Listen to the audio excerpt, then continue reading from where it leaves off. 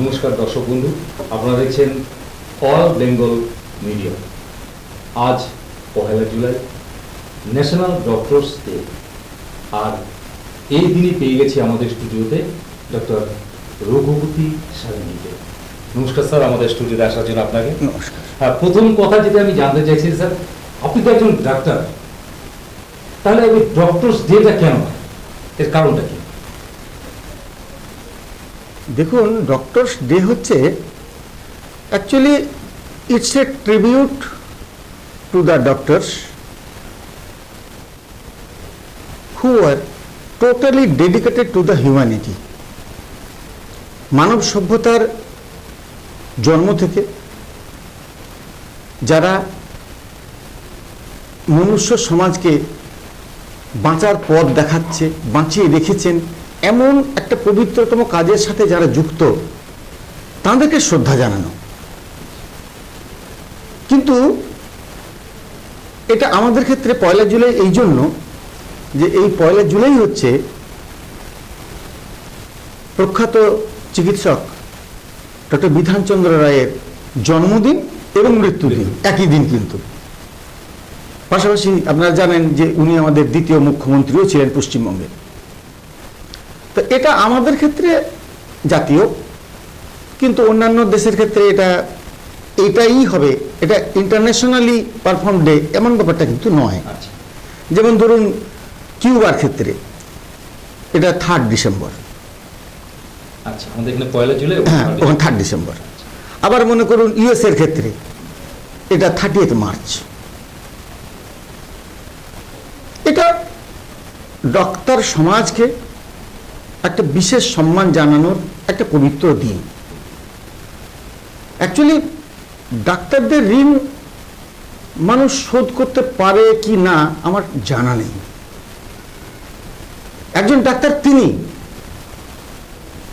Who has the eagle's eye, ইগলের মতন সূক্ষ্ম যার চোখ, লায়ন্স হার্ট, হৃদয়টা তার সিংহের মতো, আর স্পর্শটা তার লাইক লেডিজ টাচ।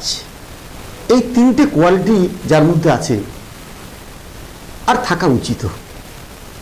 তিনি চিকিৎসক, সুতরাং তিনি শ্রদ্ধার পাত্র তো বটেই সমাজের কাছে। তার মানে আপনার কথা হলো যে এক একটা জায়গায় এক এক দিন আমাদের এই ডক্টরস ডেটা পালিত হয়। হ্যাঁ, ইন্টারন্যাশনালি, কিন্তু আমাদের দেশের ক্ষেত্রে এটা 1 জুলাই। আরেকটা ব্যাপার আমার খুব জানতে ইচ্ছে করে যে এখন তো বর্ষাকাল, তো একটা সময় কিন্তু কোচবিহারে প্রচুর বৃষ্টি হতো, কেউ কেউ আবার দিত চেরাপুঞ্জিও বলতো। তা আমরা ছোট থেকে শুনে আসছি যে এই বর্ষাকালে নাকি রোগ জীবাণু বেশি হয়। কারণটা কি স্যার? এই সময় কি কি মানে রোগ হয়, বিশেষ করে বাচ্চাদের ক্ষেত্রে তো মনে বেশি হয়? এটা বাচ্চাদের ক্ষেত্রে বেশি হয় নিশ্চয়ই, বড়দেরও হয়। অ্যাকচুয়ালি কি হয়, বর্ষাতে বাতাসে জলীয় বাষ্পের পরিমাণটা অনেক বেড়ে যায়। নাম্বার 1, একটা হিউমিড পরিবেশ, একটা হিউমিড কন্ডিশন তৈরি হয়ে যায়। আর পাশাপাশি টেম্পারেচারটাও কিন্তু যথেষ্ট বেশিই থাকে। শীতের ঠান্ডা আর বর্ষার ঠান্ডার মধ্যে কিন্তু আকাশ পাতাল ফারাক। তো এই যে increase temperature and increased humidity, এই দুটো কিন্তু সমস্ত ধরনের ভাইরাসকে, সমস্ত ধরনের ব্যাকটেরিয়াকে, ফাঙ্গাসকে ফ্লেয়ার আপ করতে খুব সাহায্য করে। এদের বংশবৃদ্ধির জন্য এটা খুব আদর্শ সময়। যেমন এই সাধারণ ম্যালেরিয়া, মনে করুন ম্যালেরিয়া, মশাগুলো যে এই সময়টাই বেশি করে কামড়ায়, এই সময়ই দেখবেন বেশি করে কামড়ায়। কেন কামড়ায়? আমাদের কষ্ট দেওয়ার জন্য নয়, তার আনন্দ পাওয়ার জন্য নয়, সে একটু খাদ্য জোগাড় করবে। ফিমেল মস্কুইটো এই সময় ডিম পারবে, বাচ্চা দেবে, সেই জন্যই কিন্তু মশার প্রকোপটা এত বেশি হয়। তো মশার প্রকোপ হচ্ছে মানে মশা তো আগে কড়ি দিয়ে পরে তেল মাখে, আগে জীবাণুটা ঢুকিয়ে দেয় শরীরে, তারপরে রক্ত চুষে। এটা শুধু মশার ক্ষেত্রে বললাম। এরকম মশকবাহিত রোগ আরও প্রচুরই আছে। কিছু কিছু মানে ভেক্টর বোর্ন ডিজিজ, কিছু ভেক্টর, কিছু ক্যারিয়ার, এই সময়ের মাধ্যমে ইনফেকশাস ডিজিজগুলো প্রচুর ছড়ায় এইসব। মানে সেই কারণে কি এত রোগ জীবাণু? হ্যাঁ, সেই কারণে বলতে মানে আমরা যদি এমনভাবে দেখি বিষয়টাকে, যে মনে করুন প্যারাসাইট কোন কোন অসুখগুলো তৈরি করছে। ধরুন ভেক্টর বোর্ন যে ডিজিজগুলো সেগুলো কি কি, মনে করুন এয়ারবোর্ন ডিজিজ কি কি, মনে করুন কোনো কিছু বোর্ন নয় এমনও ডিজিজ আছে যেটা বর্ষাকালে বেড়ে যায়। এইভাবে যদি আমরা একটা গ্রাফিক্যাল রিপ্রেজেন্টেশন করি তাহলে ব্যাপারটা আমাদের বুঝতে একটু সুবিধা হবে। যেমন মনে করুন ভেক্টর বোর্ন ডিজিজ বা আর্থ্রোপড বোর্ন ডিজিজ। প্রথম কথা বললাম ম্যালেরিয়া, চিকুনগুনিয়া, ডেঙ্গু, কালাজ্বর, এগুলো সব কিন্তু ওই আর্থ্রোপড বোর্ন ডিজিজ। কোনোটা এনোফিলিস মশা, কোনোটা কিউলেক্স মশা, কোনোটা এডিস মশা, এরাই কিন্তু বংশবৃদ্ধি করছে এবং এরাই কিন্তু মানুষকে আক্রান্ত করছে। মানে মশকবাহিত রোগ। মশকবাহিত রোগ, শুধু মশক নয়, আর্থ্রোপডের মধ্যে মশা যেমন পড়ে। অ্যাকচুয়ালি আর্থ্রোপড কথাটা এসছে আর্থ্রস অ্যান্ড পডস। আর্থ্রস মানে হচ্ছে জয়েন্ট, পডস মানে হচ্ছে পা। যে পতঙ্গটার দুটো পা বুকের কাছে জোড়া লেগে থাকে সেই পতঙ্গটাকে বলে আর্থ্রোপড। তার মধ্যে ফ্লি হতে পারে, মস্কিটো হতে পারে, বিভিন্ন ধরনের পতঙ্গ হতে পারে। পতঙ্গবাহিত রোগ সবই কিন্তু বর্ষাকালে এই কারণেই বাড়ে। তারপরে মনে করুন জলবাহিত রোগ, ফ্লাড হয়ে যাচ্ছে, প্রচুর ফ্লাড হচ্ছে এবং সেই ফ্লাডে বিভিন্ন দূষিত জীবাণু, মল, মূত্র এগুলো সব মিশছে। সেই ফ্লাডেড হয়ে সেই জলটা আপনার ঘরে সবজিকে ভিজিয়ে দিয়ে অন্য জায়গায় নদী নালাতে চলে যাচ্ছে, আপনি তো সেই সবজিটা তুলে খাচ্ছেন। ন্যাচারালি বিভিন্ন ধরনের গ্যাস্ট্রোইন্টেস্টাইনাল প্রবলেম, টাইফয়েড বা ধরুন কলেরা বা ধরুন লেপ্টোস্পাইরোসিস, একটা প্যারাসাইট আছে সেটা আর কি ওই মিউকাস মেমব্রেন দিয়ে, নরম চামড়া দিয়ে মানুষের শরীরে ঢুকে এবং সেটা অত্যন্ত ক্ষতিকর। বন্যা টন্যার পরে এই কর্ণাটকে হয়ে গেছিল, কিছুদিন আগে কর্ণাটকে হয়েছিল ম্যাসিভ আকারে লেপ্টোস্পাইরোসিস বা ভেলস ডিজিজ বলে। এগুলি সব কিন্তু মারাত্মক রোগ অসুখের মধ্যে পড়ে এবং মৃত্যু হার যথেষ্ট বেশি। এইগুলো সব জলবাহিত রোগ। তারপরে এয়ারবোর্ন ট্রান্সমিশন কিছু আছে, সেটা যেমন খুব কমন হচ্ছে কমন কোল্ড ফিভার, ইনফ্লুয়েঞ্জা, এগুলো খুব কমন। ড্রপলেট দিয়ে আসে সোর থ্রোট ইনফেকশন, ওর মধ্যেও একটা ব্যাকটেরিয়া আছে, স্টাফাইলোকক্কাস বিটা হেমোলিটিকাস বলে একটা ব্যাকটেরিয়া আছে। হিমোফিলাস ইনফ্লুয়েঞ্জি বলে একটা ব্যাকটেরিয়া আছে, সোর থ্রোট তৈরি করে, শ্বাসকষ্ট তৈরি করে। তো এগুলো সব কিন্তু বর্ষাকালেরই উৎপন্ন ফসল। তা বাদে মনে করুন অন্য যেমন কিছু যেগুলো ঠিক ভেক্টর বর্ণ নয় বা কেরিয়ার বর্ণ নয়, কেরিয়ারও সেটাকে নিয়ে আসছে না, ভেক্টরও সেটাকে নিয়ে আসছে না, প্রকৃতি সেই অসুখটাকে বাড়াচ্ছে। যেমন ধরুন কিছু কিছু allergic manifestation, allergic asthma, allergic running nose, কুচবিহারের জন্য আর্থ্রাইটিস, হাঁটু গাঁটের ব্যথা, জ্বালা, যন্ত্রণা, এগুলো বর্ষাকালে ভীষণ রকম বেড়ে যায়। স্যার মানে এই যে আপনার কথার প্রসঙ্গে একটা কথা আমার আসছে আর কি, যে আপনি বারবার বলছেন যে ভিক্টর আর কেরিয়ার, এই কথা দুটি মানে কি? ভিক্টর জিনিসটা কি বা কেরিয়ার জিনিসটাই বা কি? এটা খুব একটা সুন্দর প্রশ্ন। দেখুন তিনটে জিনিস, একটা জায়গায় জীবাণুর একটা সোর্স আছে, একটা সাসেপ্টেবল হোস্ট আছে যার শরীরে রোগটা আসতে পারে, যে দুর্বল শরীরে রোগটা এলে বাসা বাঁধবে। কিন্তু রোগটা তো আছে দূরে, সে এলে না বাসা বাঁধবে, এই আনার কাজটা যে করে সেটা হচ্ছে মূলত কেরিয়ার বা ভেক্টর। দুটো জিনিস এক নয়, কিন্তু পার্থক্য আছে। কেরিয়ারও আনে, ভেক্টরও আনে। কেরিয়ার হচ্ছে একটা মানুষ অথবা একটা অ্যানিমেল যে নাকি কখনো ওই অসুখে আক্রান্ত হবে না, যে অসুখের জীবাণুটাকে সে বহন করে আনছে, কিন্তু উনি আক্রান্ত হচ্ছেন। সে কিন্তু আক্রান্ত হচ্ছে না, কখনোই না। সেই হচ্ছে ক্যারিয়ার। এই ক্যারিয়ার ভালো লাগছে। বহুদিন সেই থার্ড ইয়ারে পড়েছিলাম তো কবে, প্রিভেন্টিভ মেডিসিন, তো ওইখানে এই জিনিসগুলো ছিল। অনেকদিন পরে রিক্যাপিচুলেট করাচ্ছেন আপনি আমাকে। তো এই ক্যারিয়ার 3 রকমের হতে পারে। একটা হচ্ছে ইনকিউবেটর ক্যারিয়ার। কিরকম সেটা?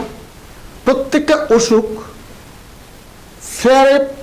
ফ্লারিস্ট হওয়ার আগে মানুষের শরীরে ঢুকলো, একটা জীবাণু ঢুকলো, ঢুকার পরে সে তার নির্দিষ্ট সংখ্যক বংশবৃদ্ধি করবে, এমনটা না কি আজকে ম্যালেরিয়া কাটলো, আজকে ম্যালেরিয়ার মশা কাটলো, কালকে ম্যালেরিয়া হয়ে গেল, এমনটা না। কিন্তু একটা সার্টেন কনসেন্ট্রেশন তার বংশবৃদ্ধি করার পরে রক্তে তার সার্টেন কনসেন্ট্রেশন হলে পরে তখন কিন্তু আমি ম্যালেরিয়াতে আক্রান্ত হব।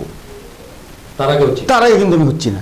মশা কাটলো মানে ম্যালেরিয়া হবে এমন ব্যাপারটা না। তাহলে আমাদের ডেলি ম্যালেরিয়া হতো, কারণ এমন একদিন জানে যেদিন মশা কাটে না। সেই জায়গাতে ক্যারিয়ারে কি করে, ওই মানুষটি অথবা ওই অ্যানিম্যালটি তার মধ্যে সে ওষুধটাকে হারবার করে, ধরে রাখে,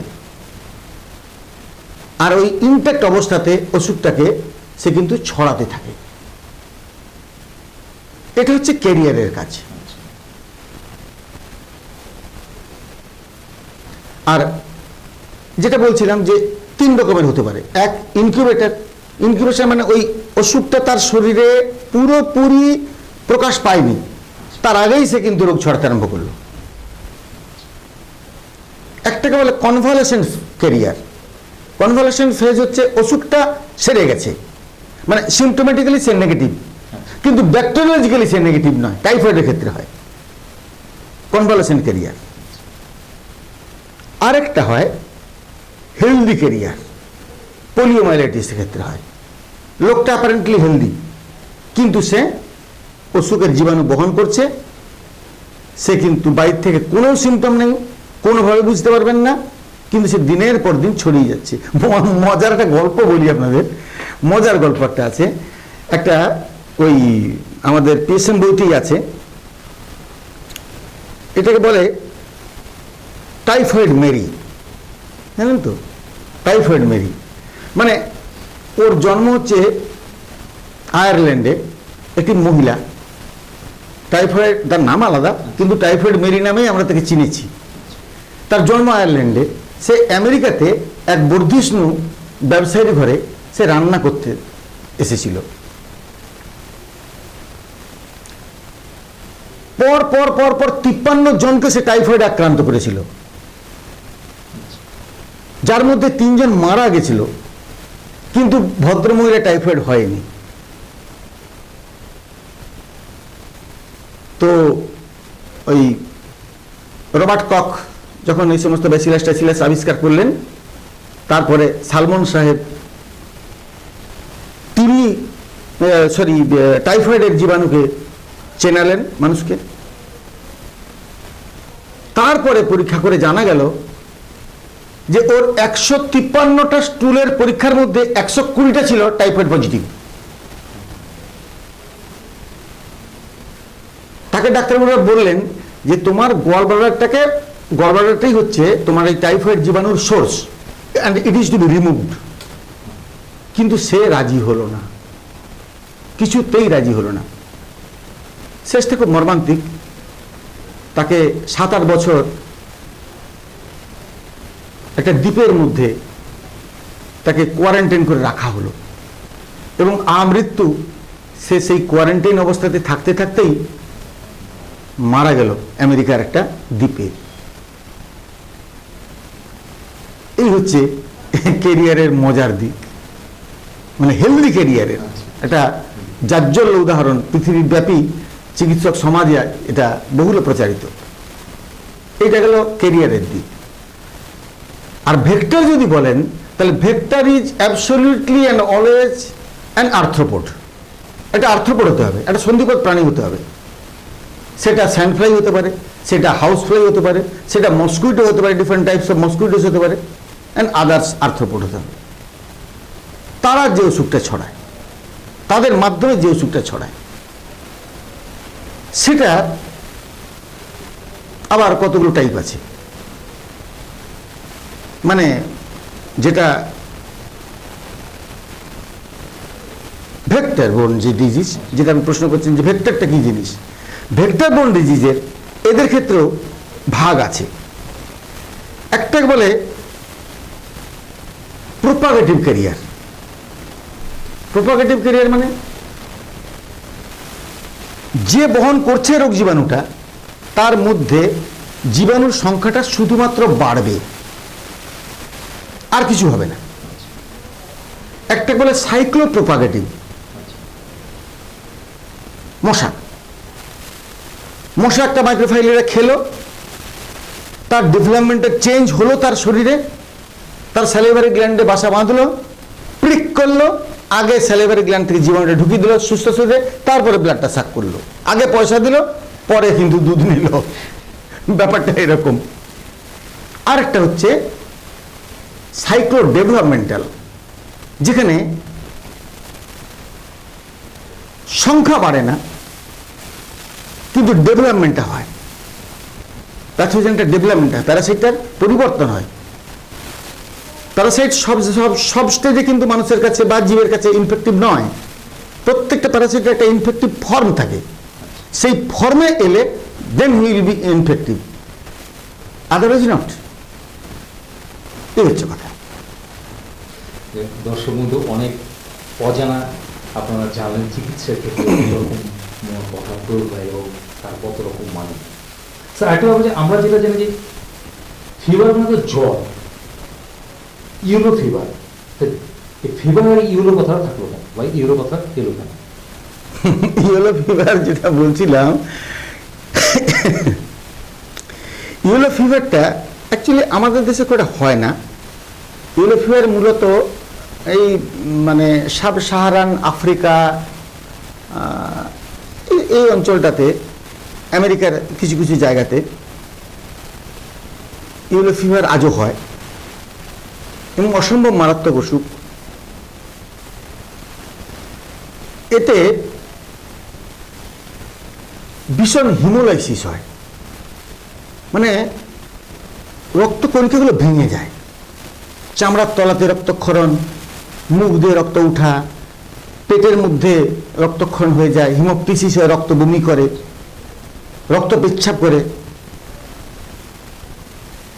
এবং প্রচুর সংখ্যক আরবিসি ভেঙে যায় এবং তার থেকে প্রচুর পরিমাণে বিলিরুবিন তৈরি হয়ে গিয়ে গোটা গাটা হলুদ হয়ে যায় পেশেন্টের, যে কারণে একে ইয়েলো ফিভার বলে। এটা খুব পরিচিত টার্ম নয় আপনাদের, কারণ আমাদের দেশে এটা হয় না সচরাচর। আরেকটা ব্যাপার যেটা যে মানে বর্ষাকালে তো আমরা মানে কথা শুনছি, বর্ষাকালে বিভিন্ন রোগ নিয়ে শুনছি আর কি, যে বর্ষাকালে সাধারণত যে রোগগুলো হয় সেগুলো তো যেমন কমন কোল্ড বা ইনফ্লুয়েঞ্জা, এই দুটোই তো একই জিনিস নাকি না দুটো আলাদা? দেখুন, আমি একটা কথা আপনাকে বলি, আমাদের টোটাল যে ডিজিজ না, তার 1/6 portion occupied by infectious disease. কিন্তু 100 ভাগ অসুখের, যতগুলো অসুখ মানুষকে ভোগায়, তার 1/6 ভাগ অসুখ কিন্তু ইনফেকশাস প্রবলেম। এটা কিন্তু মস্ত বড় এক গুরুত্বপূর্ণ জিনিস। এই ইনফেকশাস প্রবলেমগুলোর মজাটা হচ্ছে যে এরা মারণাত্মক যতটা বেশি না হয়, তার থেকে বেশি মানুষকে আক্রান্ত করে, মানুষের সাফারিংটা প্রচুর বাড়ায়। কোভিডের ক্ষেত্রে যে জিনিস, একই জিনিস, কিন্তু একই জিনিস। আর আপনি ওই যেটা বলছেন যে ওই কমন কোল্ড আর ইনফ্লুয়েঞ্জা, না না না, একদম এক জিনিস না।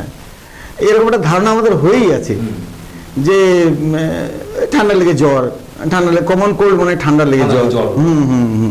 ব্যাপারটা একদমই ঠিক নয়। দেখুন, ঠান্ডা লেগে জ্বরের সাথে ঠান্ডা লাগার কোনো সম্পর্ক নেই, এটাই হচ্ছে ঘটনা। আপনি গরম থেকে পুকুরে পড়ুন, আর পুকুর থেকে উঠে এসে আপনি গরম ঘরে ঢুকে পড়ুন, বা এসি থেকে ঢুকে পড়ুন, বা এসি থেকে বেরিয়ে এসে গরম এতে বাইরে বেরিয়ে আসুন নর্মাল অ্যাটমসফিয়ারে, এটা কিন্তু কমন কোল্ডের আদৌ কোনো কারণ নয়। আর কমন কোল্ডের সাথে ইনফ্লুয়েঞ্জাকে গুলিয়ে ফেলাটাও ঠিক না, যদিও দুটোই বর্ষাকালে হয়, দুটোর প্রেজেন্টেশন মোটামুটি কাছাকাছি।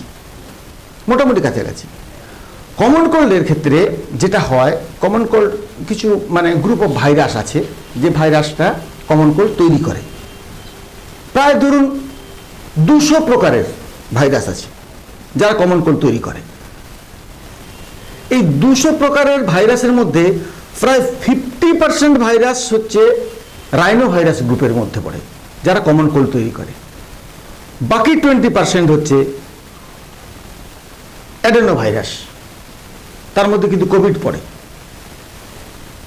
আর 20% হচ্ছে ওই রেসপিরেটরি সিনসিটিয়াল যে ভাইরাস বা প্যারা ইনফ্লুয়েঞ্জা ভাইরাস, এরা কিন্তু কমন কোল্ড তৈরি করে। কমন কোল্ড অ্যাজ সাচ খুব মারাত্মক কিছু নয়। নাক দিয়ে জল পড়া, চোখ দিয়ে জল পড়া, গা ম্যাজ করা, গলা অল্প অল্প ব্যথা হওয়া, মাথাটা একটু ভারী ভারী হওয়া, 2-3 দিন 4 দিনের মধ্যে 5 দিনের মধ্যে অটোমেটিক্যালি একটা মানে সেলফ লিমিটেড প্রবলেম হিসেবেই এটাকে ধরা যায়। কিন্তু এই কমন কোল্ড যদি আর্লি প্রেগনেন্সিতে হয় তাহলে একটু ক্ষতি হয়। তখন কিন্তু বাচ্চার একটা ম্যালফরমেশন হয়ে যাওয়ার একটা মিনিমাম সম্ভাবনা থাকে। Otherwise common cold is not so serious one. কিন্তু ইনফ্লুয়েঞ্জা যদি বলেন, এক্ষেত্রেও মানুষের মধ্যে এরকম একটা কথা খুব চালু আছে, ইনফ্লুয়েঞ্জা হয়েছে ওষুধ খেলে 7 দিন, ওষুধ না খেলে 1 সপ্তাহ। না, ব্যাপারটা অতটা সরলীকরণ ঠিক না। দেখুন, ইনফ্লুয়েঞ্জা ভাইরাসের 4টে প্রজাতি আছে মূলত: ইনফ্লুয়েঞ্জা এ, ইনফ্লুয়েঞ্জা বি, ইনফ্লুয়েঞ্জা সি এবং ইনফ্লুয়েঞ্জা ডি। সৌভাগ্যক্রমে ইনফ্লুয়েঞ্জা এ এবং ইনফ্লুয়েঞ্জা বি এই দুটো মানুষকে আক্রান্ত করে। সি মানুষকে আক্রান্ত করে কিন্তু ভেরি মিনিমাম, একটা মিমিকিং সিকনেস দিয়ে বেরিয়ে যায়। আর ডি ক্যাটল, লোয়ার অ্যানিমেলকে আক্রান্ত করে, মানুষকে আক্রান্ত করে না। এবং এ এবং বির মধ্যে ইনফ্লুয়েঞ্জা বি হচ্ছে মোর ডেঞ্জারাস দেন ইনফ্লুয়েঞ্জা এ। ইনফ্লুয়েঞ্জা একটা সেলফ লিমিটেড ডিজিজের মধ্যে পড়ে, নিশ্চয়ই পড়ে। 1 থেকে 2 দিন একটা প্রোড্রোমাল ফেজ চলে, 2 থেকে 4 দিন, এবারে 8 দিনের মাথায় মোটামুটি পেশেন্ট সেরে যায়। কিন্তু এক্ষেত্রে আমি বলবো, ইনফ্লুয়েঞ্জা যদি 2 বছরের বাচ্চার বা তার কম বয়সী বাচ্চার হয়, then it is dangerous. Influenza যদি আর্লি প্রেগনেন্সিতে কোনো মায়ের হয়, it is dangerous. It may cause malformation of the foetus. Influenza যদি পোস্টপার্টাম মানে শিশু সন্তানের জন্ম দেওয়ার পরে, ইমিডিয়েট পরে যদি মায়ের হয়, এটাও কিন্তু মায়ের জন্য ক্ষতিকর। ইনফ্লুয়েঞ্জা যদি 60-65 বছর বয়স্ক লোকের হয়, ওর থেকে কিন্তু বিভিন্ন কমপ্লিকেশন তো হতেই পারে। কিছু পুরনো প্রবলেমকে বাড়িয়ে তুলতে পারে, চাগিয়ে তোলা যাকে বলে, চাগিয়ে তুলতে পারে, যেটা অনেকদিন আগে ছিল, মাঝে ছিল না, এত বছর ছিলই না। ছোট্ট একটা ইনফ্লুয়েঞ্জা অ্যাটাক হয়ে গেল, আর ব্রিদিং প্রবলেমটা তারপর থেকেই শুরু হয়ে গেল। আমরা অনেকেই জানি না যে ইনফ্লুয়েঞ্জার পরে বিভিন্ন নিউরোলজিক্যাল ম্যানিফেস্টেশন হতে পারে, মেনিঙ্গোএনসেফ্যালাইটিস পর্যন্ত হতে পারে ইনফ্লুয়েঞ্জার পর থেকে। কানে পুঁজ, 3 to 5% ইনফ্লুয়েঞ্জা পেশেন্টের সারা জীবনের সম্পত্তি হয়ে যায়, CSOM, chronic suppurative otitis media, influenza হওয়ার পরে। এগুলি সব কিন্তু মারাত্মক ব্যাপার। হ্যাঁ, ইনফ্লুয়েঞ্জা খুব সহজভাবে নেওয়ার বিষয় নয়। ইনফ্লুয়েঞ্জা হলে তার যথোচিত চিকিৎসার প্রয়োজন আছে, এটাই বলি। তাহলে স্যার এই বর্ষাকালে আমরা সুস্থ থাকবো কি করে, তার জন্য কি করণীয় আমাদের? না, এগুলো তো মানে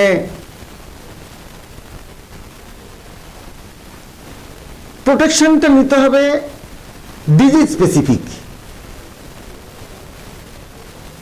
আপনার যদি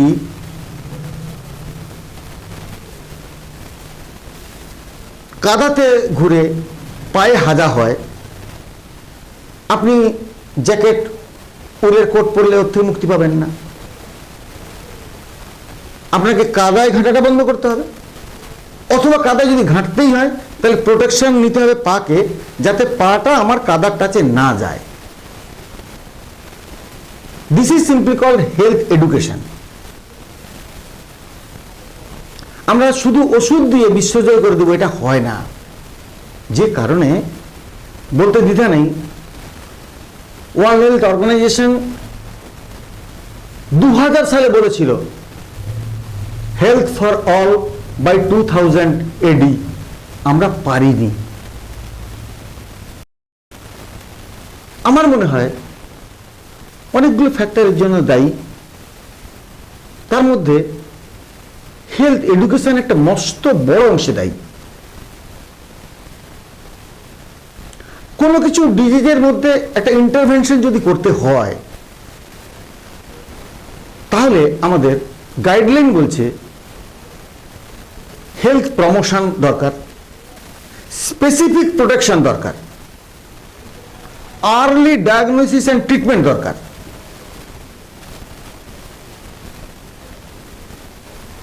ডিসেবিলিটি লিমিটেশন করা দরকার, আর সবশেষে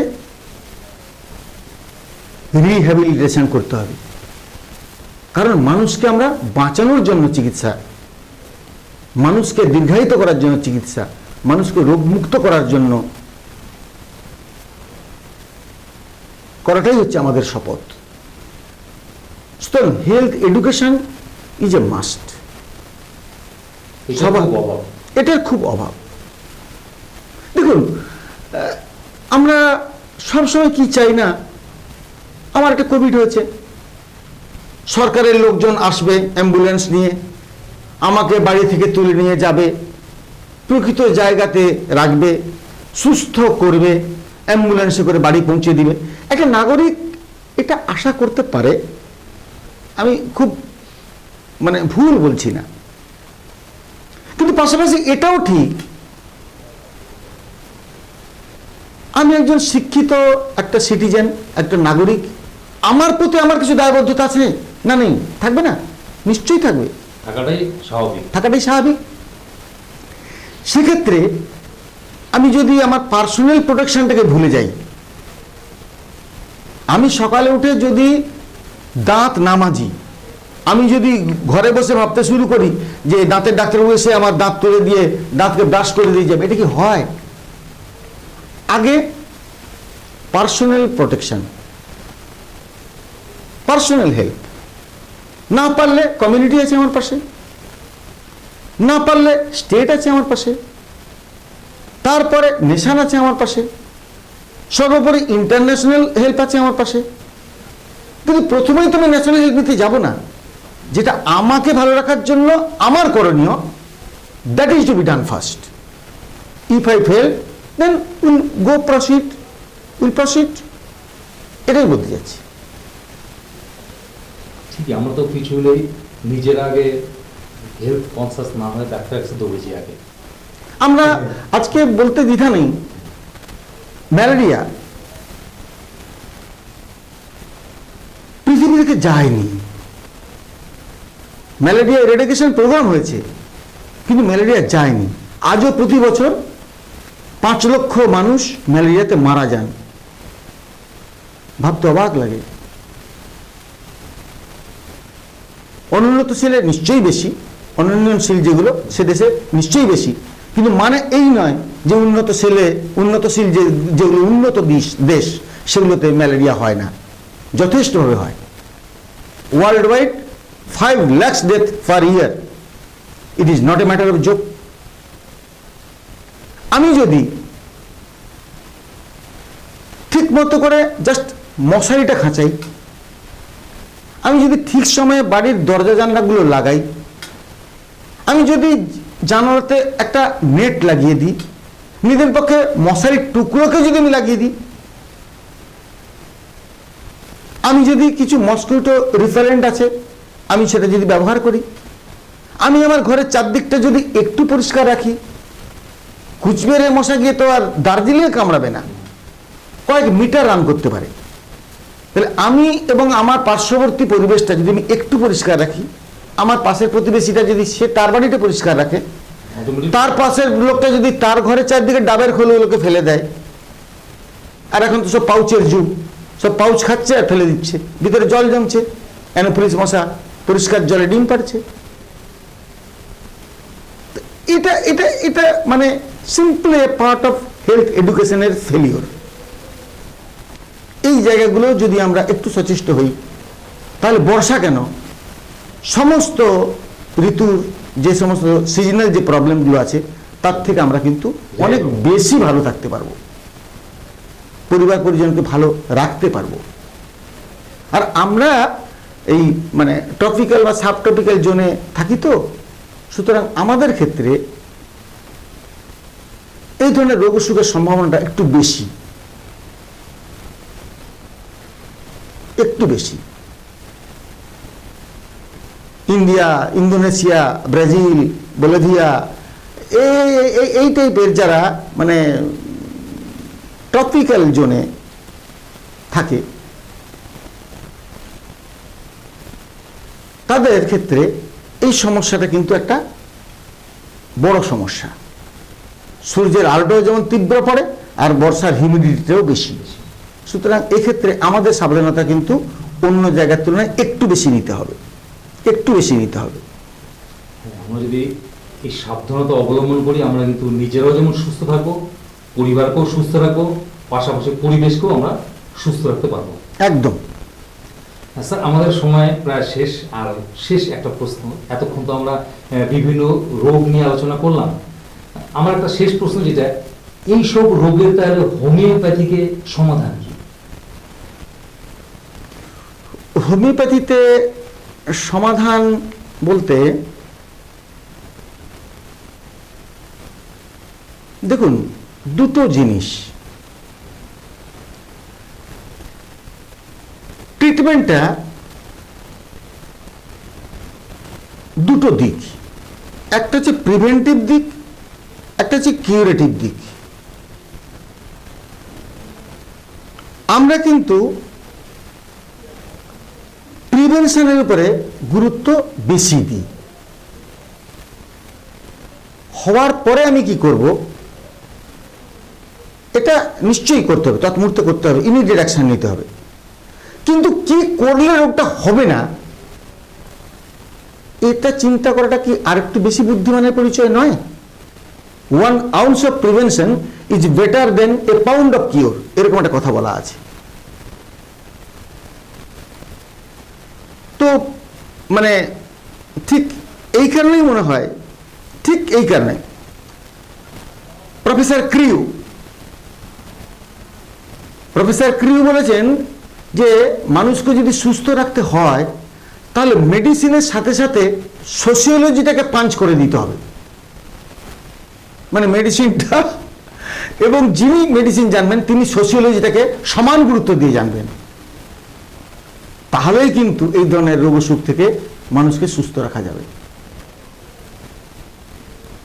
কোন সব মাটিতে তো সব ফসল হয় না, সব জিওগ্রাফিক্যাল টেরিটরিতে সব অসুখ হয় না, একটা এপিডেমিওলজিক্যাল ব্যাকগ্রাউন্ড থাকতে হবে তার। এটা বোঝাটা মস্ত বড় গুরুত্বপূর্ণ। এখন হোমিওপ্যাথিতে সমাজের কথা আপনি যেটা বলছেন, তার আগে আমি একটা ইনফরমেশন দিই। আমাদের একটা মানে রেট্রোস্পেক্টিভ একটা অ্যানালাইসিস করা হয়েছিল ওয়েস্ট বেঙ্গলের কতগুলো হসপিটালের ডাটার উপরে বেশ করে। ডাটা বেসড একটা রেট্রোস্পেক্টিভ একটা অ্যানালাইসিস 2014 সাল থেকে 2018 সালে 4 বছর ব্যাপী করা হয়েছিল। তাতে দেখুন দেখা যাচ্ছে দেখুন, ডায়রিয়াল ডিজিজ 87%, ডেঙ্গু হচ্ছে 6.6%, chicken pox 2.2%, measles 1.6%, diphtheria 1.2%। Ethical কমিটির পারমিশন নিয়ে এটা করা হয়েছিল। তাহলে দেখুন, ডায়রিয়াল ডিজিজের সংখ্যাটা কিন্তু 87%।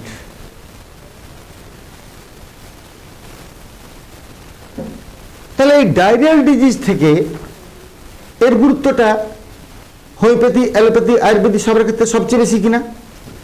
একদম। ডায়রিয়ার উপরে আমাদের প্রিভেন্টিভ এবং কিউরেটিভ দুটো দিক থেকে হোমিওপ্যাথিকের অ্যাকশন ভীষণ ভীষণ ভালো। সিম্পল কয়েকটা ওষুধ, অ্যালোসকট্রিনা বলে একটা ওষুধ আছে, নাক্স ভূমিকা আপনারা সবাই জানেন, ঘরে ঘরে আছে, কিন্তু সঠিক ব্যবহার করা প্রয়োজন। সালফার, মার্কসল, মার্কর, ইপিকাক, এরকম কয়েকটি ওষুধ দিয়ে ডায়রিয়াকে খুব সুন্দরভাবে কন্ট্রোল করা যায়। কিন্তু আবার বলছি, মনে রাখতে হবে এই কথাটা, ডায়রিয়া হোক, এখানে তো বলছে ডায়রিয়াল ডিজিজ, তার মধ্যে কলেরাও আছে, ডিসেন্ট্রি আছে, ডায়রিয়া আছে, সবই আছে, ডায়রিয়াল ডিজিজ এই গ্রুপ।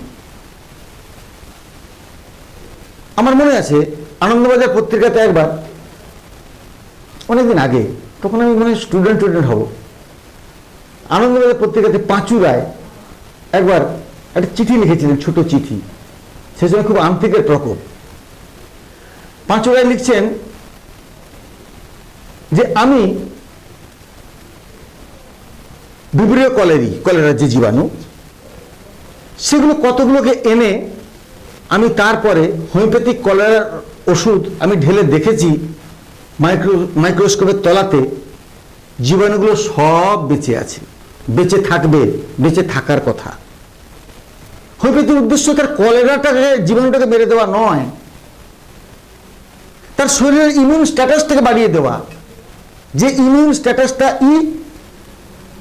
দুদিন পরে কলেরাটাকে মারবে, আর 2 বছর বা 5 বছর ধরে তার মধ্যে সেই ইমিউনিটিটা তৈরি করবে, যাতে কলেরার জীবাণু ঢুকলে ও তার মধ্যে কলেরা হবে না। আপনি হাজার চেষ্টা করুন, আপনি পোর্টেবল এডিবল ওয়াটার আপনি খাবেন, আপনি শুদ্ধ পানীয় পান করবেন, এটা খুব স্বাভাবিক। কিন্তু আপনি যে বোতলের জলটা খাচ্ছেন, ট্রেনে চলতে চলতে জার্নিতে যে বোতলটা আপনি নিয়ে খাচ্ছেন, খেতে বাধ্য হচ্ছেন, আপনি কি দেখেছেন? আপনি কি দেখেন? আমরা কি দেখি ওটা কবে তৈরি, সেইটার মধ্যে কতগুলো জীবাণু কেমন ফর্মে আছে, সেটা কতটা মারাত্মক আমার কাছে হতে পারে? সম্ভব, চেষ্টা করতে হবে। হ্যাঁ, আমি কোথাও বাইরে যাব, আমি জলটা ফুটিয়ে নিলাম, আমি অ্যাকোয়াগার্ড থেকে জলটা নিয়ে গেলাম, যতটা সম্ভব স্টক নিয়ে যাওয়া যায়, 3 দিনের জার্নি, আমি একটা বড় জার্নিতে বড় একটা জায়গায় জল নিতেই পারি। কিন্তু এটাই সমাধান নয়, একমাত্র সমাধান এটা নয়। এটা আমি ডায়রিয়া প্রসঙ্গে বললাম, অন্যান্য যেগুলো সেগুলো ঠিকঠাক। Hand wash very important, mask ব্যবহার করা ভেরি ইম্পর্টেন্ট। এই যে ধরুন, যেগুলো এয়ারবোর্ন যে ডিজিজগুলো আছে, যেগুলো আমি বললাম, একটা যদি মাস্ক আমি আমার নিজের প্রোটেকশনের জন্য আমি যদি ব্যবহার করি, ওই এয়ারবোর্ন ডিজিজগুলো থেকে আমি মুক্ত থাকবো। কিছু ভাইরাল প্রবলেম বাদ দিয়ে, যেগুলো ব্যাকটেরিয়াল প্রবলেম, সেগুলো থেকে তো অবশ্যই মুক্ত থাকা যায় মাস্ক পরে। ঠিকঠাক যদি মাস্ককে ব্যবহার করতে জানি, আমি ঠিকঠাক যদি মাস্কটার স্যানিটাইজেশন মেনটেন করি, এটা জরুরি। স্যার, এই প্রসঙ্গে একটু কথা বলবো, যে একটু দর্শক বন্ধুদের মাস্ক পরা নিয়মাবলীটা বা মাস্ক কিভাবে পরতে হবে একটু যদি বলেন। আমি বলছি যে একটা আপনাদের জন্য এই N95 যে মাস্ক, এটা পরার কোনো দরকার নেই। আপনার একটা ভালো, একটা পরিষ্কার 3 লেয়ার যে মাস্ক পাওয়া যায়, আপনারা সেটাই ব্যবহার করুন। কিন্তু মাস্কের গায়ে হাত দিয়ে নয়, এই জায়গাটাতে কখনোই হাত দেওয়া যাবে না। মাস্কের যে ব্যান্ড আছে দুপাশে কানে লাগানোর জন্য, সেটাই আপনারা সেখানে আপনি ধরুন, সেখানে সাপোর্ট দিয়ে মাস্কটাকে আস্তে করে পড়ুন, নাক এবং মুখকে ঢেকে। দুটো পাশে লক্ষ্য রাখুন, চিকের উপরে, গালের উপরে মাস্কের যে লেয়ারটা আছে, ইন বিটুইন দ্য লেয়ার, চিক এবং মাস্কের মাঝে যেন কোনো বাতাসের এন্ট্রি হওয়ার সুযোগ না পায়। বাতাস যেন মাস্কের ভিতর দিয়ে আসে এবং মাস্ককে ক্রস করে বাতাস যেন বেরোয়। এই হচ্ছে বিষয়, এর মধ্যে নতুন কিছু নেই। আর যেটা বলার, মাস্কটাকে রোদে দেওয়া, মাস্কটাকে ঠিকমতো করে স্যানিটাইজ করা। একটা মাস্ক একজনই ব্যবহার করবে, আমার মাস্কটা অন্য কেউ ব্যবহার করবে না। মাস্কটাকে রোদে দিতে হবে। যদি একদিন বা দুদিন অন্তর মাস্কটা যদি আমি চেঞ্জ করি, সেটা আমার জন্য, আমার পরিবারের জন্য ভালো। কিন্তু যারা চিকিৎসা পরিষেবার সঙ্গে সরাসরি যুক্ত, তারা কিন্তু N95 মাস্ক, যেখানে ভালভ একটা লাগানো আছে, এটা তাদের জন্য ঠিকঠাক, বাকিদের জন্য এটার কোনো প্রয়োজন নেই। এরপরে ধরুন, যেগুলো ওই জলবাহিত অসুখ বা কন্টামিনেটেড প্রবলেম, ফুড, ওয়াটার ইত্যাদি, সেক্ষেত্রে একটা বড় গুরুত্বপূর্ণ জিনিস হচ্ছে হ্যান্ড ওয়াশ। আমরা দামি হ্যান্ড ওয়াশ এটা কিনে ফেললাম, আর লাগিয়ে এরকম করে জল দিয়ে দিলাম। এটা হবে না। দামি হ্যান্ড ওয়াশ কেনার কোনো প্রয়োজন নেই। কোনো নামি দামি ব্র্যান্ডের হ্যান্ড ওয়াশ কিনে অর্থ অপচয় করার কোনো মানে হয় না। সাবানজলই যথেষ্ট, লাইফবয় সাবান। কিন্তু তার পদ্ধতি আছে। আপনি পুরো এখানে বোতামটা খুলে কোণই পর্যন্ত নিয়ে আসুন, দুটো হাতের বোতাম খুলে কোণই পর্যন্ত নিয়ে আসুন, কোণই থেকে হাতটা ফ্রি করুন আগে, পরে হাতে সাবান যতটা পরিমাণ সাবান আপনি লাগান, এবং শাওয়ার ওয়াটারে হাতটা ধুতে হবে। এরকম না যে বালতির জল আছে, বালতি জলে হাতটা আমি কচলে নিলাম, না, এটা হবে না। ফ্লোয়িং ওয়াটার, যেখানে জলটা পড়ে বেরিয়ে যাচ্ছে, সেইখানে হাত থেকে রাখতে হবে। রেখে আপনি প্রথমে সাবানের মতন করে নেন, পরে সমস্ত হাতে সাবান দেওয়ার পরে হাতটাকে কচলে ধুন, এবং এই আঙুলের মাঝে, বাম হাতের আঙুলের খাঁজে আমি ডান হাতের আঙুলকে ঢুকাচ্ছি। এটা করা, এটা করা, পরে বুড়া আঙুলের ভিতর এটা করা, এটা রাব করা। এবার এই বুড়া আঙুলকে এটা আমি রাব করলাম, তারপরে এই নখগুলোর জন্য আমি এই করলাম, সাবান আছে আমার, এই করলাম। এবার এর দিয়ে আমি এটা করলাম, নখের ভিতরে যে জার্মগুলো থাকলো সেগুলো কিন্তু সাবান জলে মরে গেল, এই করলাম। এবারে আপনি হাতের ওপরটাকে আপনি এটা করুন, এটা করুন, এটা করুন, এটা করুন, এটা করুন। এবারে রিস্টটাকে ঘষুন, রিস্টটাকে ভালো করে ঘষে ধোয়া হলো। ধুয়ে নেওয়ার পরে হাতটাকে কিন্তু ওপর করুন, নখের শেষ জল বিন্দুটা পর্যন্ত যেন কোনোই বেয়ে গড়িয়ে যায়। যদি ওই অবস্থাতে আপনি হাতটাকে সোজা করে দেন, তাহলে কিন্তু যদি দুটো চারটা জীবাণু কোথাও থেকেও থাকে জীবন্ত, সে কিন্তু নখের ডগাতে এসে স্থান পেয়ে নিল। সুতরাং হাতটাকে এই করে রাখুন কয়েক সেকেন্ড, জাস্ট জলটা গড়িয়ে যাওয়া পর্যন্ত, ব্যাস, ইউর হ্যান্ড ইজ ফ্রি। আপনি খান সে হাতে। আর এটা আপনি যদি রেগুলার করেন, আপনার বাচ্চা সেটা প্রথম থেকে যথেষ্ট হয়ে যাবে যে না, খাওয়ার আগে এটাকে আমাকে করে খেতে হয়। Habit is the second nature, না? এইগুলো যদি ছোটবেলা থেকে আমরা একটু, ওই পার্ট অফ হেলথ এডুকেশন, কিন্তু ঘুরে ফিরে সেই দেখুন আমার জায়গাতে এসে পৌঁছাচ্ছে সেই হেলথ এডুকেশন। হেলথ এডুকেশন হচ্ছে শেষ কথা। কয়েকটা জাস্ট কয়েকটা কথা বলে দিই। এই যেমন ধরুন common cold fever. Common cold ফিভারের ক্ষেত্রে আমাদের একোনাইট নেপিলাস, একোনাইট ফেরাক্স, ডাল কামরা, ব্রাইনিয়া 30, একটা ফাইলের দাম 20 টাকা, একটা 5 গ্রাম শিশির দাম 20 টাকা। যদি ঠিকঠাক প্রয়োগ করা হয়, ওই 20 টাকার ওষুধে 20 জন নয় 2000 জন মানুষকে ভালো করা যায়। প্রয়োগটা ঠিক করতে হবে। প্রয়োগটা ঠিক করতে হবে। একটা কথা আছে, it is the true medicine which can remove disease and he is the true physician who can restore health. এটি হচ্ছে কথা। যেটা আমরা অনেক কথা শুনলাম, সময় আমাদের আজকে শেষ। আমরা চেষ্টা করব ডাক্তারবাবুকে আবার আমাদের স্টুডিওতে নিয়ে আসার জন্য। আজকের মতো এখানে শেষ করছি। আপনারা দেখতে থাকুন অল বেঙ্গল মিডিয়া, আপনাদের কণ্ঠ আমাদের শক্তি। আপনারা ভালো থাকুন, সুস্থ থাকুন এবং দেখতে থাকুন অল বেঙ্গল মিডিয়া। নমস্কার।